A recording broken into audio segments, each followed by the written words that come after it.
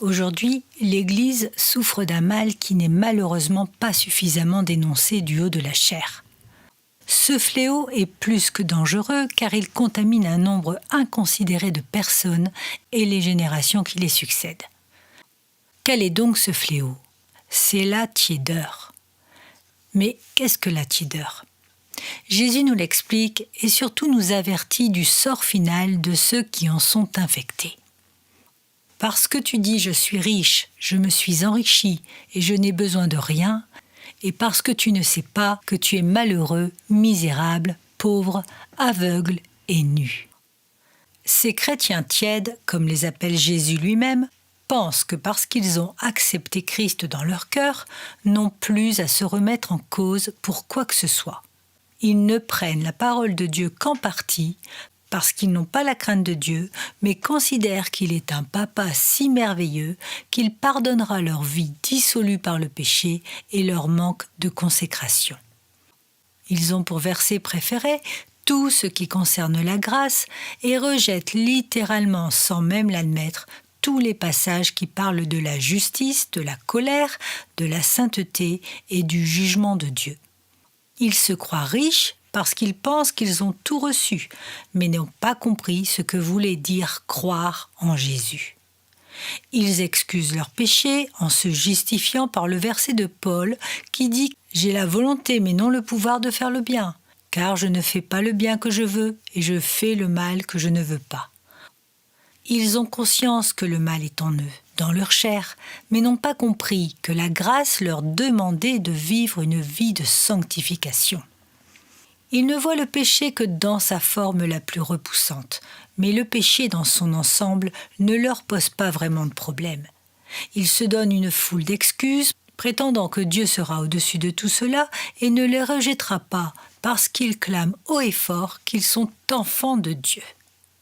Regarder les autres femmes, vivre en concubinage, avoir des rapports avant le mariage, être adepte de la pornographie, désirer une situation élevée dans la société, aimer les plaisirs qu'offre le monde et aspirer aux choses matérielles pour plus de confort ne sont que quelques exemples qui caractérisent une personne tiède.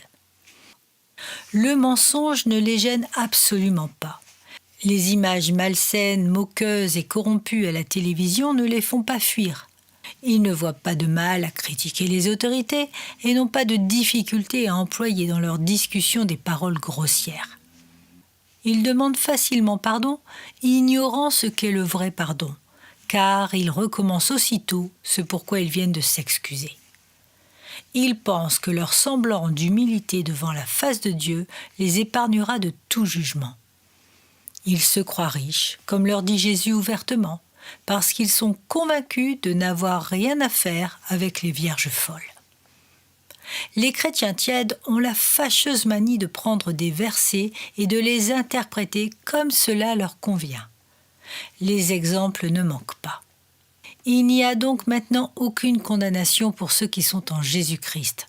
C'est vrai qu'il n'y a aucune condamnation, mais pour ceux qui sont véritablement en Jésus-Christ, c'est-à-dire ceux qui ont été pardonnés et qui ne vivent plus selon la chair.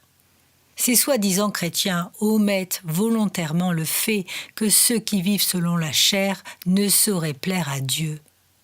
Et que si quelqu'un vit selon la chair, il n'a pas l'esprit de Christ et par conséquent ne lui appartient pas.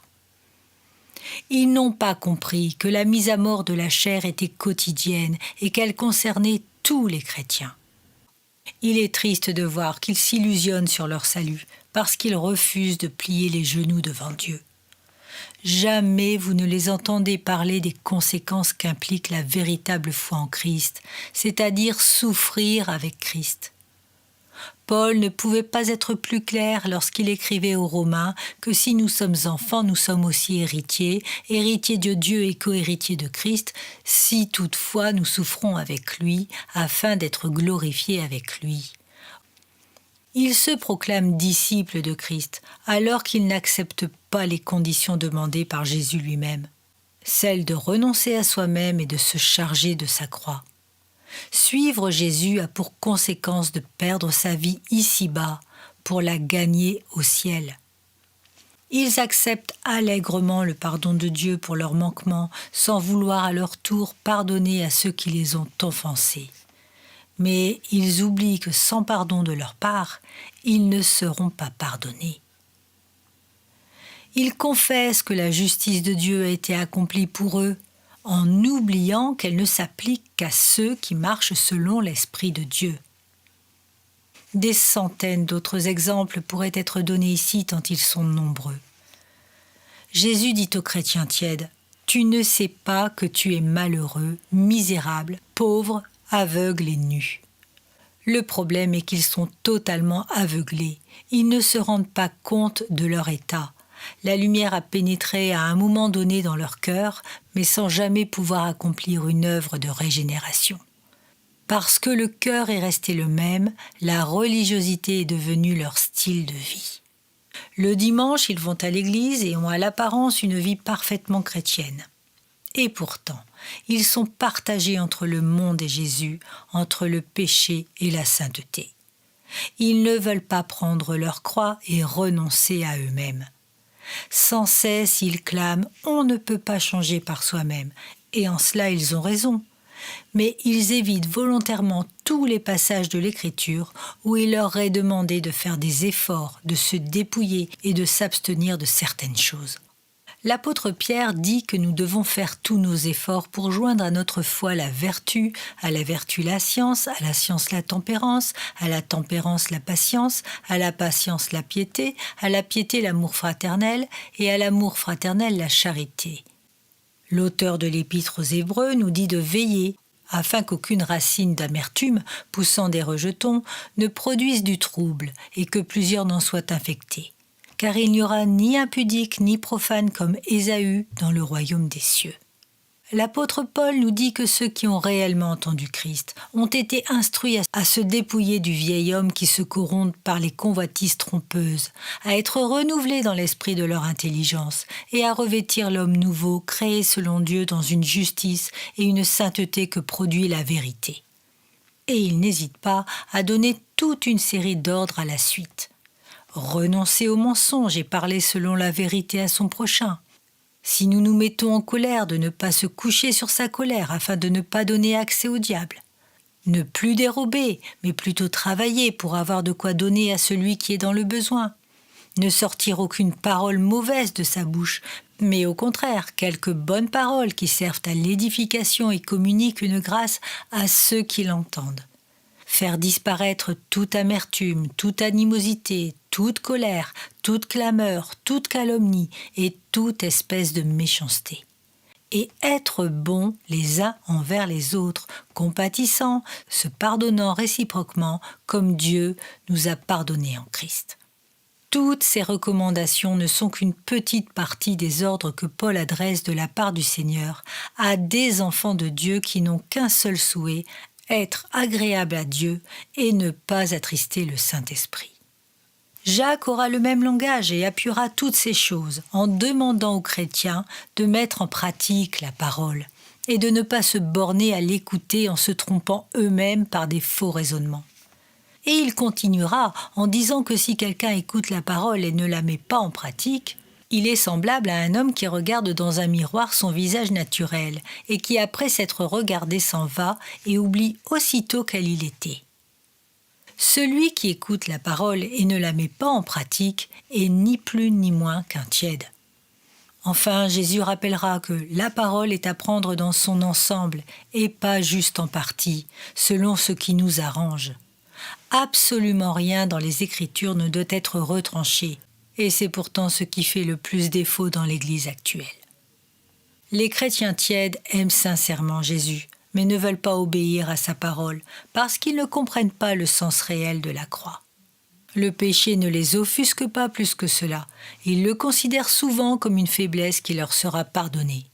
Certains d'entre eux attendent d'ailleurs avec impatience le retour de Christ, sans se rendre compte que leur fiole est vide, parce que l'Esprit n'est pas en eux. À toutes ces personnes, Jésus leur demande de s'examiner et de se repentir. Aie donc du zèle et repens-toi.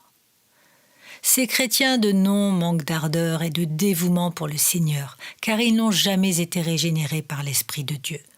Ils ont accepté la grâce dans le seul but d'être sauvés des flammes de l'enfer. Ils ont vécu des expériences, parfois surnaturelles, voire même puissantes, mais ne se sont jamais réellement repentis parce qu'ils n'ont jamais été convaincus de péché. Ils n'ont pas véritablement crié à Dieu et n'ont pas déclaré forfait devant lui. Leur cœur de pierre n'a jamais été remplacé par un cœur de chair. Ils ont une forme extérieure de piété, mais en renient la force. Et malgré cela, Dieu continue de frapper à la porte de leur cœur, afin qu'ils prennent conscience de leur état et se repentent enfin. Il use de patience envers eux et les appelle à s'humilier et à reconnaître leur état misérable avant qu'il ne soit trop tard. Toi qui écoutes ce message, peut-être que tu ne te reconnais pas comme tiède, et pourtant une partie de ce qui vient d'être dit t'interpelle.